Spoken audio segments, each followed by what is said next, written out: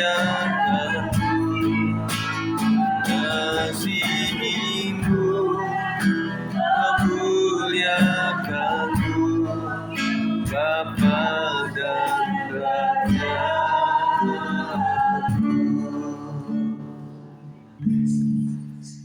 kasih Tuhan, ajarkan kami tetap mengasihi Engkau apapun yang terjadi dalam kehidupan kami. Tentunya keinginan kami untuk selalu dalam keadaan yang baik-baik saja secara panjang waktu. Itu tidak mungkin Tuhan, tetapi Tuhan peliharakan kami dalam keadaan yang bahagia maupun tidak Tuhan, karena Tuhan baik. Tetapi justru dalam keadaan tidak baiklah kuasa-Mu nyata atas kami. Pertolongan-Mu, kekuatan yang Tuhan berikan itu luar biasa Tuhan. Berkati kami dengan firman Tuhan yang hamba akan sampaikan, diurapi, diberkati untuk menjadi berkat bagi kami semuanya. Demi nama Yesus, kami mengucap syukur dan berdoa. Haleluya. Amin. Puji Tuhan, kita akan bicara mengenai jangan hanya berdoa saat terdesak. Itu judul yang kita akan pelajari pada malam hari ini. Kita akan baca sama-sama dalam Keluaran 8 ayat 8. Sudah? 1, 2, 3. Kemudian Fir'aun memanggil Musa dan Harun serta berkata, berdoalah kepada Tuhan supaya dijauhkannya kata-kata itu daripadaku dan daripada rakyatku. Maka aku akan membiarkan bangsa itu pergi supaya mereka mempersembahkan korban kepada Tuhan. Latar belakangnya adalah ketika tulah kata memenuhi seluruh Mesir, Fir'aun tidak mampu mengatasinya dengan kekuatan, kekayaan, ataupun para ahli sihirnya. Akhirnya ia meminta Musa berdoa kepada Tuhan. Pelajaran buat kita adalah peristiwa ini mengajarkan bahwa bahkan orang yang keras hati pun seperti Fir'aun ini menyadari bahwa hanya Tuhannya Musa yang sanggup menolong ketika keadaan menjadi berat. Namun sayangnya Fir'aun hanya mencari Tuhan ketika sedang mengalami kesulitan saja. Setelah pertolongan datang, ia kembali mengeraskan hatinya. Sebagai orang percaya, jangan sampai kita memiliki kebiasaan yang sama. Jangan hanya berdoa ketika sakit, mengalami masalah ekonomi, atau menghadapi persoalan keluarga. Tuhan menghendaki agar doa menjadi bagian dari kehidupan sehari-hari sebagai wujud kasih, iman, dan ketergantungan kita kepadanya. Doa bukan hanya untuk meminta pertolongan, tetapi juga untuk menyembah, mengucap syukur, dan membangun hubungan yang intim dengan Tuhan. Orang yang setia berdoa akan memiliki hati yang semakin peka terhadap kehendak Tuhan. Jadi di sini kita belajar bahwa kita memang doa itu harus kita lakukan pada saat tidak cuma terdesak, apalagi terdesak, tetapi menjadi gaya hidup. Jadi doa itu kan macam-macam. Jadi ada doa untuk meminta, memohon kesembuhan dan juga keuangan. Tetapi yang sering kita lupa itu doa mengucap syukur. Nah kalau semuanya dalam keadaan baik ya kita berdoa mengucap syukur. Untuk nafas hidup, untuk anak-anak, untuk keluarga. Untuk yang Tuhan izinkan terjadi. Sehingga doa itu tetap dinyatakan di hadapan Tuhan. Pertanyaan sharing, kapan biasanya kita sekalian paling rajin berdoa, saat keadaan baik atau saat menghadapi masalah? Kita tahu jawabannya ya, bahwa seringkali memang saat menghadapi masalah. Makanya malam hari ini dan selanjutnya kita akan belajar untuk mengubah kebiasaan ini, supaya meskipun tidak ada masalah kita tetap berdoa kepada Tuhan. Kalau tidak nanti dikasih masalah terus supaya berdoa, kan begitu ya. Yang kedua, apa yang sering membuat kita itu malas atau menunda waktu untuk berdoa?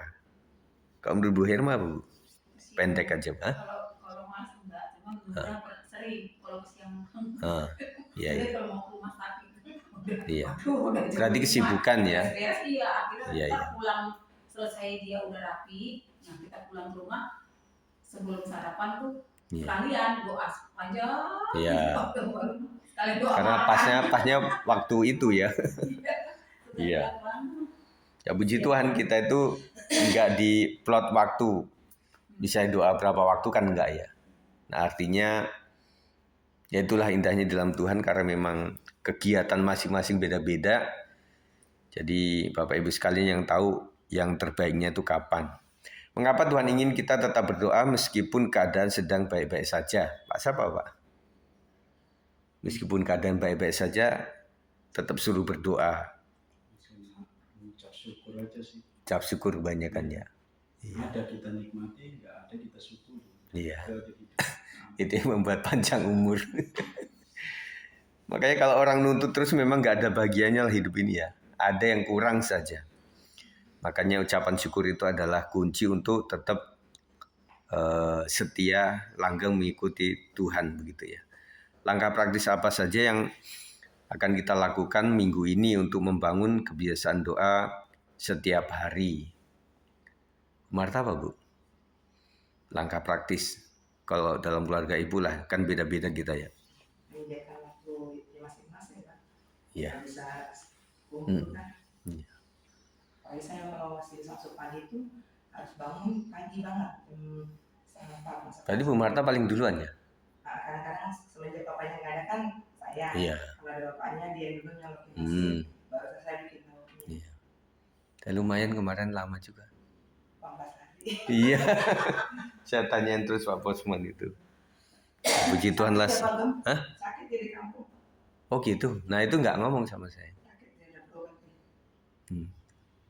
Sampai dia masih demam sekarang. Tapi pulangnya nggak nunggu sakitnya kan? Masih sakit di badan. Oh berarti bukan nunggu sakitnya karena itu ya. Belum sakit. Iya. Penerapan buat kita mulailah menyediakan waktu khusus setiap hari walau hanya 10 atau 15 menit untuk berdoa, membaca firman Tuhan dan mengucap syukur. Intinya 3 inilah. Doa, baca firman yang saya share itu kalau belum selesai ya tutup dulu. Tapi nanti dilanjutkan lagi sampai malam hari kan gitu kan. Karena waktunya panjang saya kasih itu ya. Dari sore sampai besokannya kan. Nah gitu. Kemudian jadikan doa sebagai kebutuhan, bukan sekedar jalan keluar ketika menghadapi kesulitan. Jadi saya percaya kalau memang doa itu adalah alat komunikasi kepada Tuhan, tidak sekedar untuk mencari jawaban, maka Tuhan saya pikir senanglah melihat kita itu. Artinya anak kita tetap berdoa, bersyukur meskipun sedang tidak dijawab doanya atau tidak sedang butuh gitu ya. Artinya itu adalah menjadi murid-murid yang bagus lah, cantik-cantikan dengan di hadapan Tuhan secara rohani. Dan juga akhirnya kita mohon kepada Tuhan dalam doa, Bapa di surga, ampunilah kami jika selama ini kami lebih sering datang kepadamu hanya ketika menghadapi masalah. Ya, saya juga minta ampunlah kepada Tuhan. Kepada gembala juga begitu. Kadang cuma di saat butuh saja memang ya kita sama-sama minta ampun lah.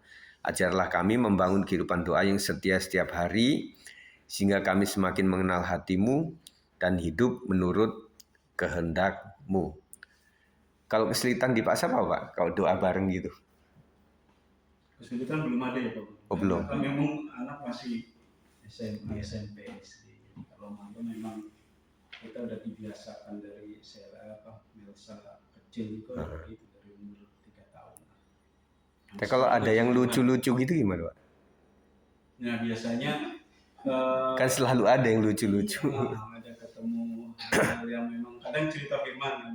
Biasanya melalui Demen nih, kalau Demen kan kritis soal. Misalnya gini, di sekolah 3 minggu kemarin di sekolah dia ada temennya nanya mengenai keselamatan. Dia nanya, Pak, temanku ada ya katanya gitu di Rokis. Katanya, ngapain gue ikutan Rokis? Ngapain gue ikutan sekolah minggu? Kan gue udah dibaptis katanya gitu. Kalau dibaptis sudah terima Tuhan Yesus ya udah sekali selamat ya selamanya, ngapain repot-repot. Berarti saya nggak percaya Yesus kalau saya takut berdosa, takut masuk neraka. Kan kita udah percaya Tuhan, udah diselamatkan Tuhan. Ceritalah di rumah lucu-lucu kayak gitu. Saya jawab sama dia, yang namanya orang bertobat itu kan pasti ada buahnya. Minimal dari 9 buah roh pertobatan itu ada dari setiap kita. Kalau memang kita bertobat, terima Yesus dan diselamatkan Yesus, bilangnya begitu. Biasanya ada hal-hal kayak gitu. Yang lebih kritis memang antara Demon atau si Sela gitu kan. Secara karakter memang apa sih namanya, ekstrovert ya. Kalau Melsa mah tahu nggak tahu ya gimana. Iya. Biasanya cerita gitu. Nah yang paling susah itu kan pagi kan masuknya beda-beda. Hmm. Nah, si Melsa pagi, udah pasti dia bangun duluan tuh, 4:30 dia udah bangun.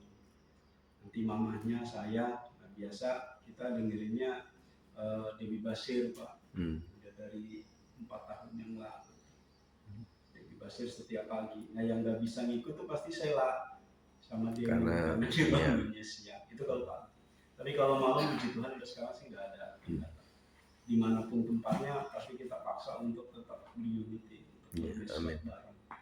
Mau liburan kemanapun tiap malam itu ya bukan mau mentauratkan anak saya enggak, tapi minimal dari kecil selama mereka masih belum berkeluarga, berarti kehidupan mereka imannya masih bisa kita bimbing. Tetapi kalau karena mereka anak cewek ya menurut saya, sama istri, kan mereka anak cewek, ketika nanti udah berkeluargaan, dia milik suaminya, dipimpin imamnya oleh suaminya. Karena mereka masih anak-anak belum menikah, ya saya imam, jadi saya wajib untuk terus membimbing mereka.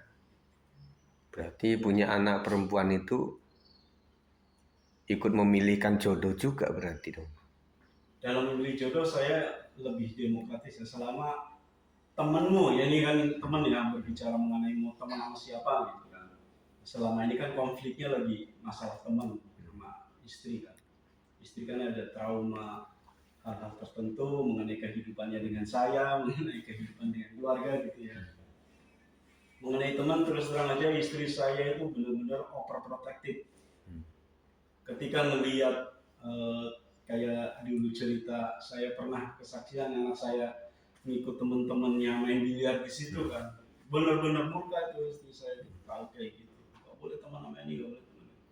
Artinya mungkin anak-anak menganggap istri saya itu overprotective, terus negatif thinking terhadap teman-temannya gitu, bahkan anaknya nggak boleh bergaul, nggak boleh gini gitu, karena ada trauma tertentu gitu.